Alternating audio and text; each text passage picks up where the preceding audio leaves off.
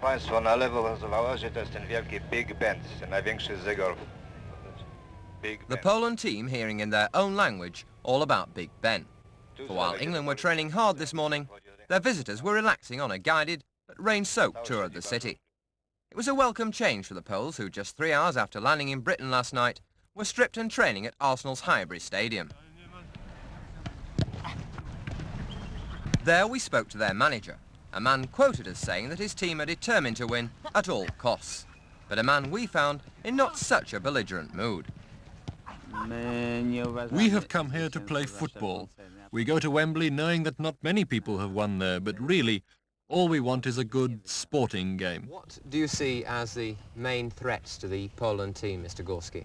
Ja uważam w ogóle zespół angielski jako jedną z najlepszych drużyn na świecie. Well, let me say first of all that we have a great respect for English football and the whole England team. But to choose individuals, I would pick out Clark, Shilton in goal and Shannon as the best in the team. But it is very hard to choose between any of them. It is a very good, solid team. A charitable view not always shared by England supporters. But what do those involved in the game think about the home team's chances? Frank McClintock, you've seen the Poles in action. What do you reckon? Well, first of all, we're impressed by the size of the Polish team. I read in the papers a few days ago that the England team should throw plenty of high crosses and that the Polish team could be weak in the air. But just looking at them just now, the size of the defenders, I can't see them getting any balls near at all. I think that they'll have to keep their head and play real cool football and not get carried away with the mass hysteria of the crowd, which I hope it will be like that on Wednesday. And if they just throw long balls in, I think that the Polish team could come out on top. Do you think it's going to be a tough game? I think it could be a very hard game. I seen one game on the television when Poland played at Cardiff, and I was very disappointed by the Polish team. But this is a different match altogether, and there's a hell of a lot at stake here. And I think it could be a very tough game. Peter Boyle, if I can move to you, what do you think should happen on Wednesday?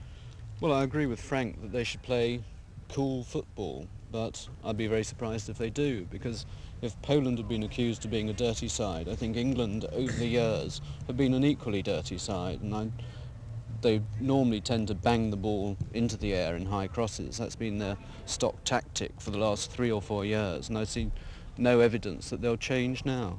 Would you like England to win? I'm not sure. Obviously patriotism says yes, England must win, but I think probably it would be much better for football if England lose. Why do you say that?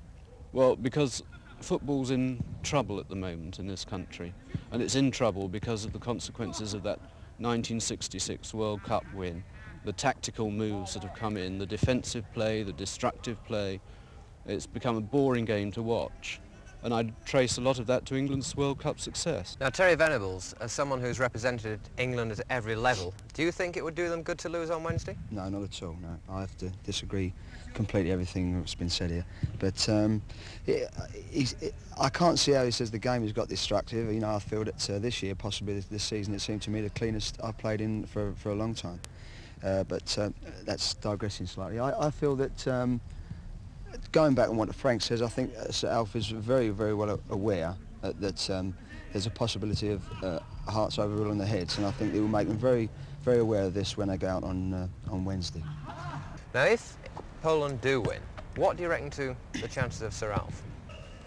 Well, I think Sir Alf Ramsey would probably go, but it'd be interesting to see who they put in his place. Do you think he ought to go if Poland lose? If Poland win, rather? Well, I think he ought to go whether Poland win or whether Poland lose, so yes. Very briefly, a quick forecast, scoreline forecast from you all. Yes, I think we'd possibly 2-0. 2-0 for England from Terry. Peter? 1-0 for England from me, yeah. And what about Frank? 1-0, I think, yeah, for England. Well, we'll just have to wait and see.